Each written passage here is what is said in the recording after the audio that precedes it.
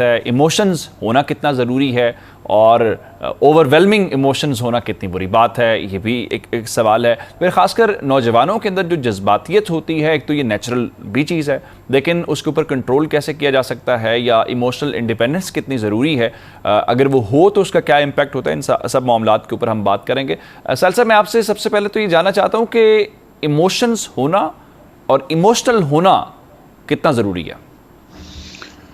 Emotional تو یہ تو مطلب لامحالہ سا سوال ہو جائے گا، کیونکہ ایموشنل تو ہم ہیں ہی.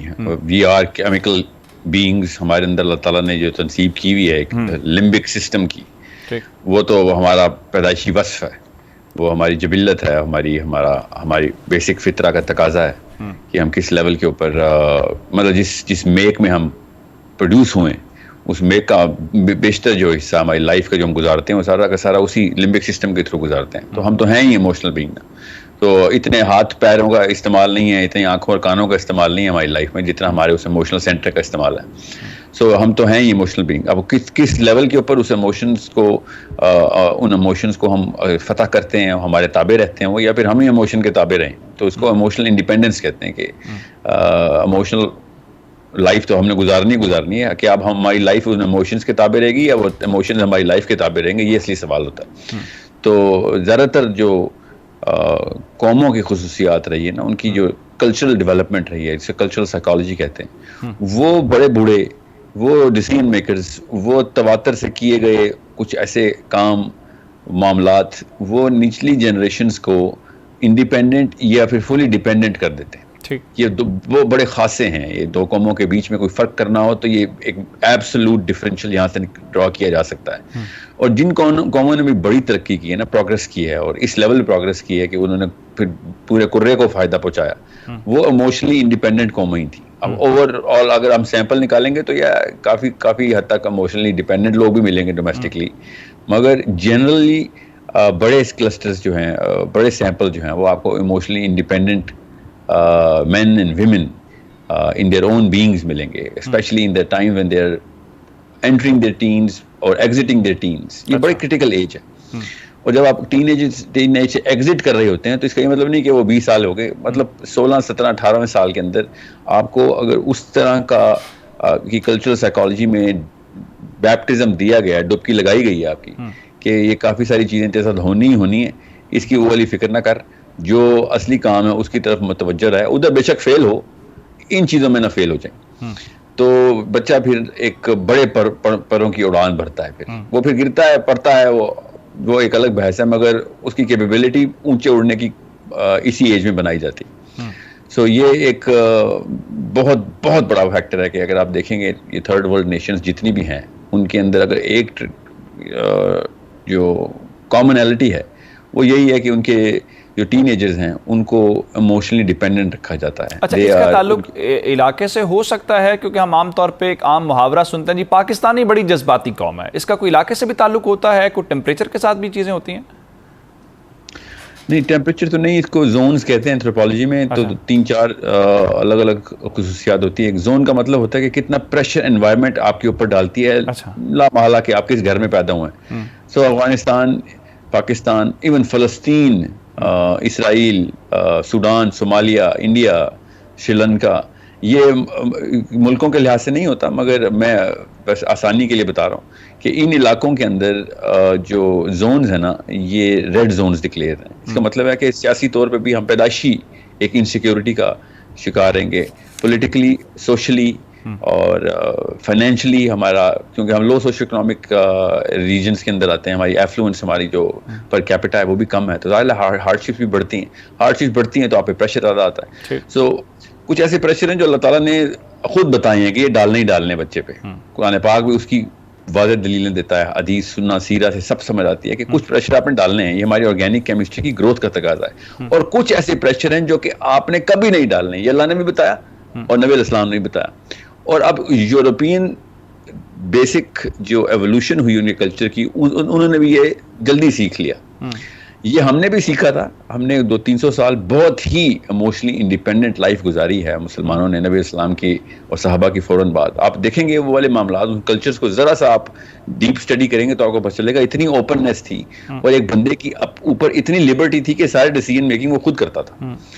تو مگر اب ہمارا حال دیکھیں, ہم شروع سے ہی ایک جوائنٹ فیملی سسٹم کے اندر رہتے تھے, ہم شروع سے ہی ایک کمیونٹی کی بڑوں کی ڈیپینڈنسی کے اندر پلتے بڑھتے اور اس کے اوپر پھر ناز بھی کرتے ہیں, اور پتہ نہیں کس کس قسم کے ناز ہم نے خود ہی نخرے پالے ہوئے ہیں جو کہ ہمارے اوپر ایسے ایسے فیئرز ڈالتا ہے اور ایسے ایسے پریشر ڈالتا ہے جو کہ ایک آرگینک لائف کے لیے, ایک نیچرل لائف کے لیے, ایک بڑے ڈیسیجن میکر کو پروڈیوس کرنے کے لیے مطلب مہلک ہیں.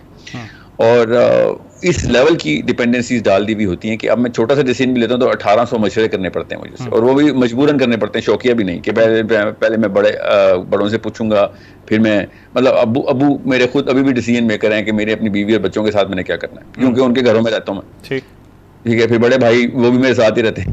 پھر خاندان کے اندر کیا معاملات خراب ہو جائیں گے, بے شک میں اللہ کے کام کرنے لگوں گا مگر خاندان الاؤ نہیں کرے گا.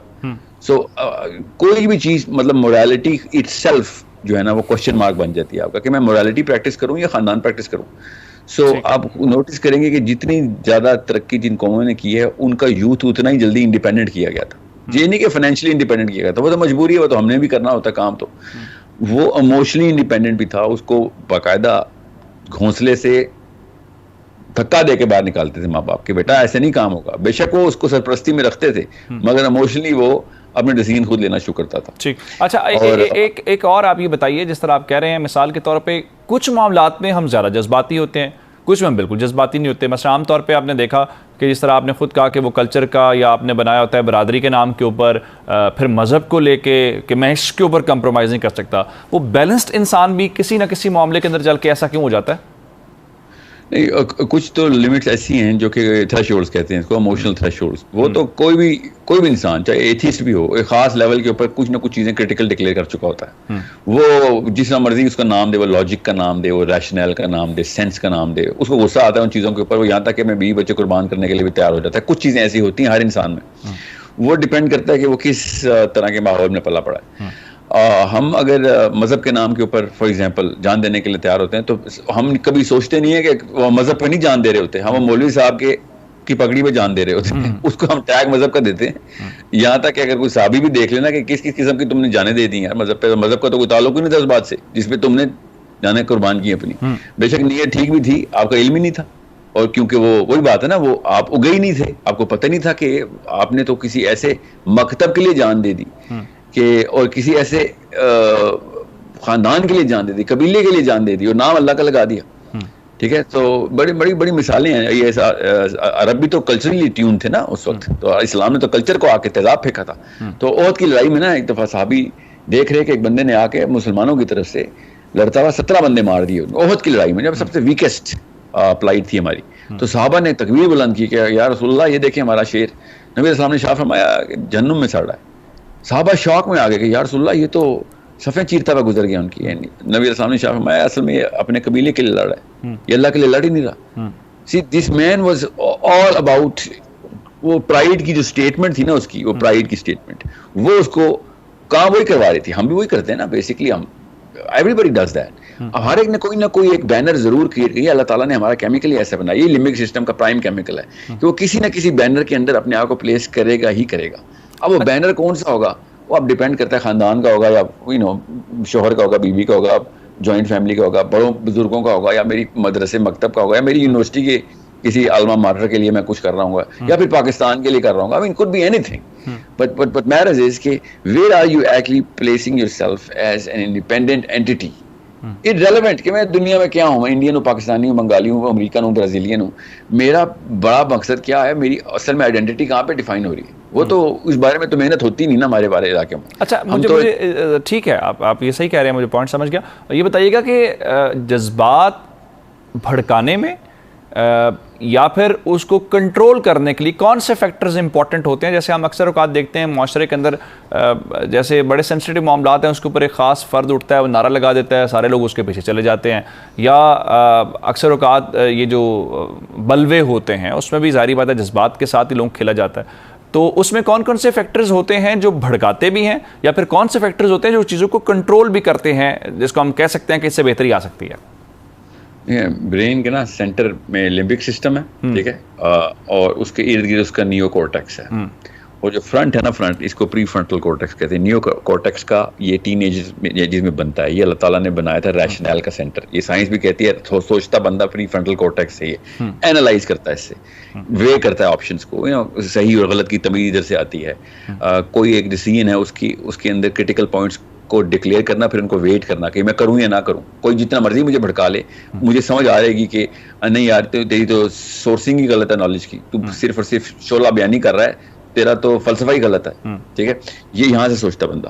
سو جب آپ لمبک برین کو جب نیو کورٹیکس کو ڈیولپ ہی نہیں ہونے دیں گے تو وہ پھر معروف ہی رہے گا, وہ صرف ایموشنل فلڈی کو ہی کافی ہوگی اس کے لیے. اور ایموشنز کافی بھی ہونے چاہیے ہمارے لیے, مگر اپنے اندر سوچنے کی کیپیبلٹی تو اللہ تعالیٰ نے اسی لیے تو قبر کو انڈیویجولائز کیا نا, کہ جو اتنا مرضی جتھوں میں ڈالو قبر میں اکیلے ہی ملو گے, تم سے سوال تمہارا ہی ہوگا.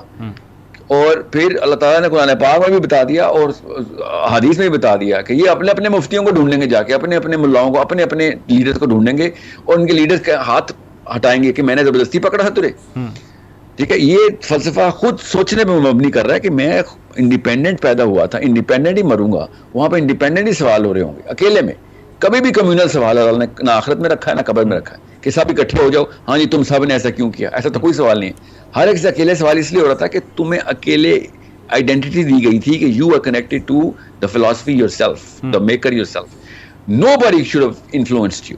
انفلوئنس سے بڑا تو ٹیررزم کوئی ہے ہی نہیں. آپ کو تو وہ موو کرنے کی مشین ہوتا ہے. اور اگر مجھے کوئی انفلوئنس کر رہا ہے, اور آپ کا جو سوال کا جواب نمبر 1, اگر مجھے سوچنے کی کیپیبلٹی بچپن سے نہیں بنائی گئی تو پھر تو ہر گلی کے نکر پہ ایک نہ ایک مبلغ بیٹھا ہوا ہے اپنے اپنے مکتب میں ڈالنے کے لیے, کچھ بھی کرانے کے لیے, چاہے وہ ایتھیزم میں ہو, چاہے وہ اسلام میں ہو, چاہے وہ کرسچینٹی میں ہو. یعنی آپ یہ کہنا چاہ رہے ہیں کہ کریٹیکل تھنکنگ ڈیولپ کریں گے تو ایموشنز کے اوپر ڈیپینڈنسی کم ہو جائے گی, رائٹ؟ ایموشنلی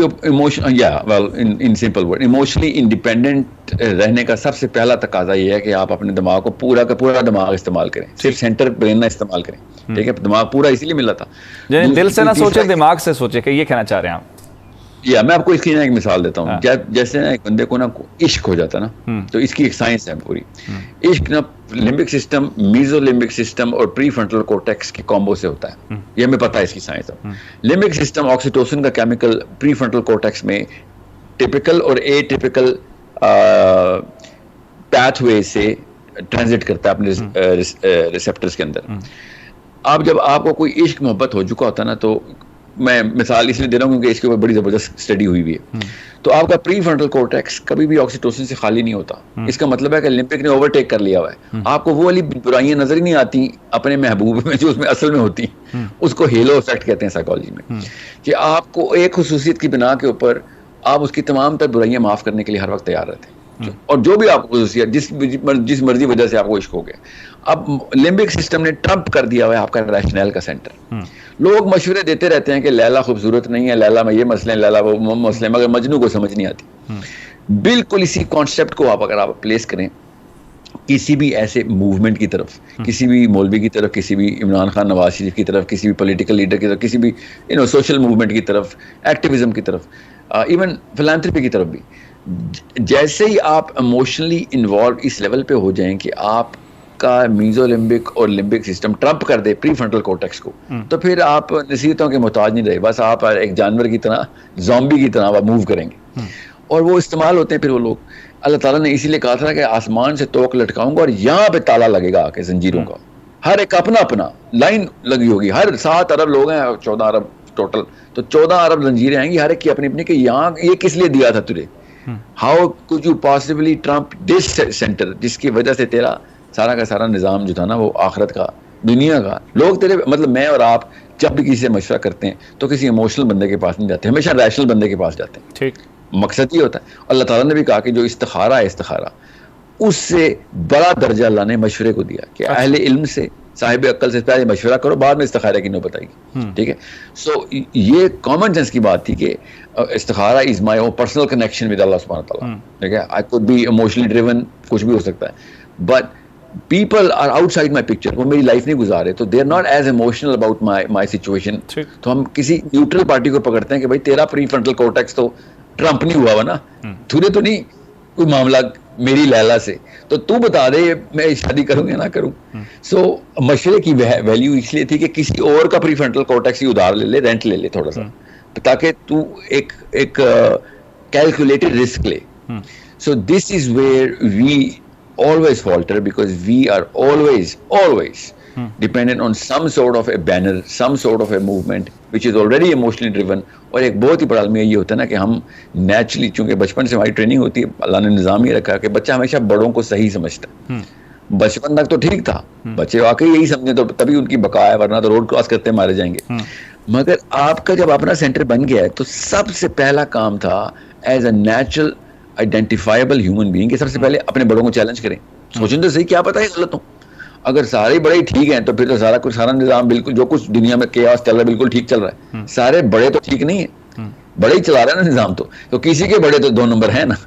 تو ہمیں تو یہ سوچنا چاہیے کہ اوکے, سب سے پہلے میں اپنے ابا جی کو تو چیلنج کروں, اپنے بڑوں کو تو چیلنج کروں. سوچنے کی کیپیبلٹی سب سے پہلے بغاوت سکھاتی ہے نا آپ کو, کہ بھائی سب سے پہلے میں اپنے اس بندے کو جس کو میں اندھا دھند اتباع کرتا آیا ہوں بچپن سے, میرا سگا باپ ہی ہے, ان کو کٹہرے میں تو رکھنا سیکھوں. یہ سوال کرنا بنیادی طور پہ آپ یہ کہتے ہیں کہ جب آپ سوال کریں گے تو سوال کرنے کا مطلب یہ ہے کہ ہم دماغ سے سوچیں گے, دماغ کا مطلب یہ ہوگا کہ ہم اس میں ہمارے خلاف بھی چیزیں ہو سکتی ہیں, آپ پلس مائنس دونوں چیزیں اس میں دیکھیں گے تو ہم جذبات سے تھوڑے سے اس کے اوپر انحصار کم ہو جائے گا. یہی کہنا چاہ رہے ہیں سر؟ آپ کو یاد کریں, آپ کو یہ سب کو ہم سب پاکستانیوں کو بتایا جاتا ہے نا کہ جب بھی آپ کسی بڑے ہر کلچر میں, اسلام کے کلچر میں بھی ہے اور لبرل کے کلچر میں بھی ہے, کہ یار یہ سوال کرنے والا بندہ بے ادب ہوتا ہے, اور وہ کہتے ہیں نا بے ادب بے نصیب, با ادب با نصیب, یہ ٹیگ لگا کے نا بچے کو سب سے پہلے معاف کر دیتے ہیں.